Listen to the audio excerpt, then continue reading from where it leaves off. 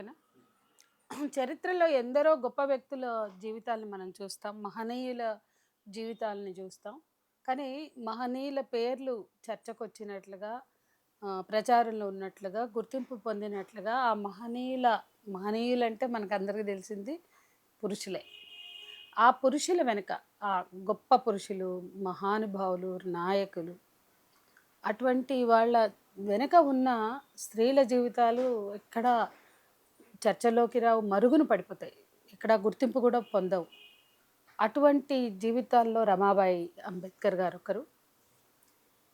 నిస్సందేహంగా అంబేద్కర్ గారు ఈ దేశానికి ఒక గొప్ప చరిత్ర చరిత్రలో నిలిచిపోయి ప్రజలకి స సజీవంగా నిలిచిపోయినటువంటి ఒక మహానాయకుడు.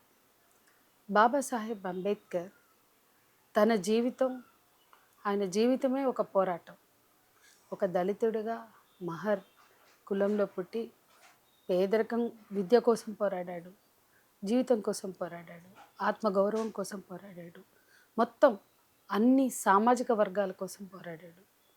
దళితుల దళితుల జీవితాల్లో ఉన్నటువంటి అన్ని రకాల వివక్ష అసమానతలకు వ్యతిరేకంగా, అట్లాగే ఈ దేశంలో ఉన్న నిచ్చెనమెట్ల కుల వ్యవస్థ, కుల వివక్షకు అసమానతలకి, స్త్రీలపై సాగుతున్న వివక్ష అసమానతలకి, ఒక రకంగా చెప్పాలంటే సమాజంలో అన్ని రకాల అసమానతలు వివక్షలకు వ్యతిరేకంగా ఆయన పోరాడాడు. గుర్తింపచేశాడు, సమాజానికి ఎత్తి చూపించాడు ఆ అణిచివేతని, ఆ దోపిడీని, సామాజిక అణిచివేతని ఎత్తి చూపించాడు. ఆయన ఆయన జీవితం ఆద్యంతము ఒక ఘర్షణ పోరాటం అయితే, హక్కుల కోసం, ఆత్మగౌరవం కోసం ఆయన చేసినటువంటి అధ్యయనం కావచ్చు, పోరాటాలు కావచ్చు, రాజ్యాంగ నిర్మాతగా భారతదేశ ప్రజల ముందు ఒక కులమత జాతి లింగ వివక్షల్ని రద్దు చేసే ఒక రాజ్యాంగాన్ని ప్రభుత్వంతో ఆమోదింపజేసి ప్రజల చేతిలో పెట్టేంత వరకు ఆయన జీవితం ఆద్యంతము పోరాటమే. అందులో ముఖ్యమైనటువంటి పీఠిక, ముఖ్యమైనటువంటి భూమిక రమాబాయి అంబేద్కర్ పోషించారు. రమాబాయి గారు అంటేనే ఆమె కూడా చిన్నప్పటి నుంచి పేదరికాన్ని అనుభవించింది, వివక్షను అనుభవించింది, అసమానతలు ఎదురు చూసింది. పెళ్ళైన నుంచి కూడా చాలా ఘర్షణని ఎదుర్కొంది. ముఖ్యంగా పేదరికంతో పోరాడింది, పిల్లల్ని పెంచడం కోసం పోరాడింది, పిల్లల ఆకలి తీర్చడం కోసం పోరాడింది, పిల్లల్ని బతికించుకోవడానికి పోరాడింది, పిల్లలు చనిపోతే తట్టుకుని నిలబడడం కోసం పోరాడింది. ఆ కడు పేదరికం ఆమె జీవితం కూడా ఆద్యంతము పోరాటమే. అయితే ఆమె పోరాటం తన కుటుంబాన్ని నిలుపుకోవడానికి, అంబేద్కర్ గారిని కాపాడుకోవడానికి, అంబేద్కర్ గారికి మద్దతుగా నిలవడానికి, అంబేద్కర్ గారి సహచరిగా ఆ పిల్లల్ని పెంచుకోవడానికి కోసం కానీ, మొత్తంగా ఆమె చివరికి తన అనారోగ్యం కోసం పోరాడింది. తను నిలబడడానికి ఘర్షణ పడింది. చివరికి అనారోగ్యంతో చనిపోయింది. అంటే అంబేద్కర్ జీవితంలో అంబేద్కర్ లాంటి మహనీయుల వెనుక ఒక గొప్ప త్యాగశీలి రమాబాయి అంబేద్కర్. ఈ దేశంలో ఆదర్శ మహిళలు అనుకునేటువంటి ఎందరిలోనో ఆమె కూడా నిలబడుతుందనడం మనం చాలా సగర్వంగా చెప్పుకోవచ్చు, నిస్సందేహంగా చెప్పుకోవచ్చు. ఎందుకంటే ఆమె సహకారం లేకుండా వీళ్ళ అంబేద్కర్ గారి రాజ్యాంగం లేదు. ఆమె సహకారం లేకుండా అంబేద్కర్ అందుకున్న మహోన్నత శిఖరాలు ఏమీ లేవు. కాబట్టి ఆయన జీవితంలో భాగమైనటువంటి ఆయన సహచరిగా రమాబాయి గారు ఆమె అన్ని విధాల తోడ్పడ్డారు. అటువంటి రమాబాయి గారి జీవితాన్ని కూడా చదవడం, ఇవాళ హక్కుల స్పృహతో పనిచేస్తున్న వాళ్ళు కావచ్చు, సమాజంలో ఎన్నో రకాల కుల మత జాతి లింగ వివక్షలకు వ్యతిరేకంగా పోరాడుతున్న అందరూ కూడా అంబేద్కర్ని ఎట్లా ఆసరాగా తీసుకుంటామో, అంబేద్కర్కి తోడ్పాటుగా నిలిచిన మరుగున పడిపోయిన రమాబాయి లాంటి వాళ్ళని కూడా ఆదర్శంగా తీసుకోవాలి, గుర్తు చేసుకోవాల్సినటువంటి అవసరం ఉంది. కాబట్టి రమాబాయి గారిని స్మరించుకోవడం, రమాబాయి గారిని ఆమె స్మరణలో కార్యక్రమం చేసుకోవడం అనేది అభినందనీయమే. ఇవాళ రమాబాయి గారి పేరుతో కొంతమంది వివిధ రంగాల్లో కృషి చేసిన వాళ్ళకి అవార్డులు ఇవ్వడం అనేది, అంటే అంబేద్కర్ గారిని గుర్తించినట్లుగానే ఆయన ఆయన జీవితంలో సగభాగమైన ఆయన సహచరిని గుర్తించడం, ఆ రకంగా వివిధ రంగాల్లో పనిచేసినటువంటి ఎంతోమంది నాయకులు లేదా పురుషులు వాళ్ళ వాళ్ళ జీవిత భాగస్వాములను ఎంచుకుని అంటే వాళ్ళ వాళ్ళ భర్తలకి వాళ్ళు ఇచ్చినటువంటి తోడ్పాటుని గుర్తు చేసుకోవడం.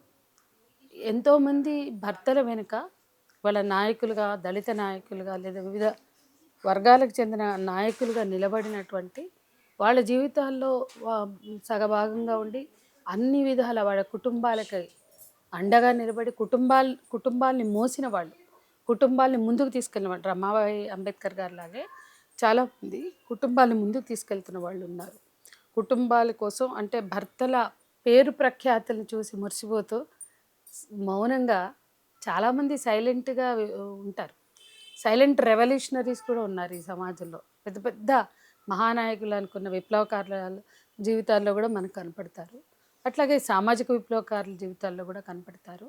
వీళ్ళు మౌనంగా ఉండిపోతారు, కానీ వీళ్ళ మద్దతు లేకుండా, వీళ్ళ వీళ్ళ కాంట్రిబ్యూషన్ అంటే వీళ్ళ భాగస్వామ్యం లేకుండా ఈ నాయకుల జీవితాల్లో, ఈ నాయకుల విజయాల్లో, ఈ నాయకుల గుర్తింపు కూడా లేదు. కాబట్టి ఇవాళ చాలామంది అట్లా గుర్తింపు పొందిన నాయకుల జీవిత భాగస్వాముల్ని ఎంచుకొని ఈ అవార్డులు ఇస్తున్నట్లుగా నిర్వాహకులు చెప్పారు. ఇది ఒక మంచి సందర్భం. ఎందుకంటే స్త్రీలు కుటుంబాలని నడుపుతారు, లేదా కుటుంబాల్లో కీలకం అనుకుంటారు, లేదా వాళ్ళని పొగుడుకుంటూ వాళ్ళు లేకపోతే కుటుంబం లేదు, దేవతలు, లేకపోతే ఇట్లా రకరకాలుగా జన్మధన్యం అన్నట్లుగా మాట్లాడతారు, కానీ ఆచరణలో ఆ గుర్తింపు ఉండదు. ఆచరణలో వాళ్ళు సేవలు చేసేవాళ్ళుగానే చూస్తారు. ఆచరణలో వాళ్ళ వాళ్ళ సేవలకి పెద్ద విలువ ఉండదు, పెద్ద గౌరవం కూడా ఉండదు. ఊరికే వాళ్ళు లేకపోతే నడవదు కాబట్టి ఏదో కాస్త కీర్తించినట్లు, పొగిడినట్టు కొంత అట్లా స్క్రాచింగ్ తప్ప నిజానికి స్త్రీల భాగస్వామ్యాన్ని సమభాగస్వామ్యంగా చూసేవాళ్ళు తక్కువ. స్త్రీల భాగస్వామ్యంతో వాళ్ళు పొందిన విజయాల్ని మననం చేసుకునే సందర్భాలు కూడా ఉండవు. అటువంటి ఏదో ఒక చిన్న పొగడ్తనంతో సరిపెట్టుకుంటారు. అట్లా కాకుండా వాళ్ళని మనస్ఫూర్తిగా గుర్తించి గౌరవించాలనేటువంటి వాళ్ళ భాగస్వామ్యాన్ని ఎత్తిపడుతూ వాళ్ళ భాగస్వామ్యమే ఈ విజయంలో భాగమని చెప్పడం అనేది చాలామంది చేయరు. అట్లా గుర్తింపు చేసేటువంటి ఒక సందర్భంగా ఈ అవార్డులను నేను చూస్తున్నాను. ఇటువంటి అవార్డులు నిజాయితీగా పనిచేసే వాళ్ళకి మాత్రమే ఇవ్వాలి. సమాజం పట్ల ఒక నిబద్ధత, నిజాయితీ, అట్లాగే మన కోసం మనం బతకడం వేరు, సమాజం కోసం బ్రతకడం వేరు. ప్రపంచం బాధ మన బాధ అనుకునే వాళ్ళు తక్కువ మందే ఉంటారు. మన బాధే ప్రపంచం బాధగా చూసేవాళ్ళు ఎక్కువ మంది కనపడతారు. అటువంటి స్థితిలో ఈరోజు అన్ని రకాల నఫరతులు పెంచి పోషిస్తున్న సందర్భంలో ఎక్కడ చూసినా ద్వేషం, చులకన భావం, ఎక్కడ చూసినా వివక్ష, అసమానత అన్నిట్లో ఉన్నాయి. ఇది కోటాలో సబ్ కోటా అడుగుతున్న సందర్భంలో కోటాకే దిక్కు లేదు, ఇక సబ్ కోటాకి ఏంటి గతి అనేటువంటి స్థితిని మనం చూస్తున్నాం. కాబట్టి అన్ని వర్గాల్లో, కులాల్లో స్త్రీలు కూడా భాగమే. కానీ మరింత అణచివేతకు గురవుతున్నటువంటి స్త్రీలని రిప్రజెంట్ చేస్తూ ఎంతోమందిని గుర్తించాల్సిన అవసరం ఉంది, ముందుకు రావాల్సిన అవసరం ఉంది. ఆ కోణంలో చూసినట్లయితే రమాబాయి అంబేద్కర్ అవార్డులు పొందిన వాళ్ళు కూడా దానికి అర్హులై ఉండాలి అనేది నేను భావిస్తున్నా. ఆ అర్హత ఉన్న వాళ్ళని ఎవరినైనా గుర్తించాలి. ఎందుకంటే ఇవాళ వివిధ వర్గాలకు చెందినటువంటి జీవితాలు, వాళ్ళు ఎదుర్కొనే వాళ్ళ అనుభవాలు, వాళ్ళు ఎదుర్కొనే సంఘటనలు, లేదా వాళ్ళ పెయిన్, వాళ్ళ గాయాలు, అవన్నీ ఎవరివి కావు. ఆ వర్గాల్లో, దళిత వర్గాల్లో కావచ్చు, సామాజిక అణచివేతకు గురవుతున్న వర్గాలు కావచ్చు, వాళ్ళు ఎదుర్కొనేటువంటి అణచివేతలో భాగంగా వాళ్ళు ఎదుర్కొనేటువంటి వాళ్ళలో ఉన్న పెయిన్ ఏదైతే ఉందో, వివక్ష ఏదైతే ఉందో, అసమానత ఏదైతే ఉందో, అది వాళ్ళ నుంచే వినడం ముఖ్యం. అది వాళ్ళ నుంచే వాళ్ళ నుంచే మనం తెలుసుకోవాలి, వాళ్ళ నుంచే రాబట్టాలి, లేదా వాళ్ళే మాట్లాడాలి. అట్లా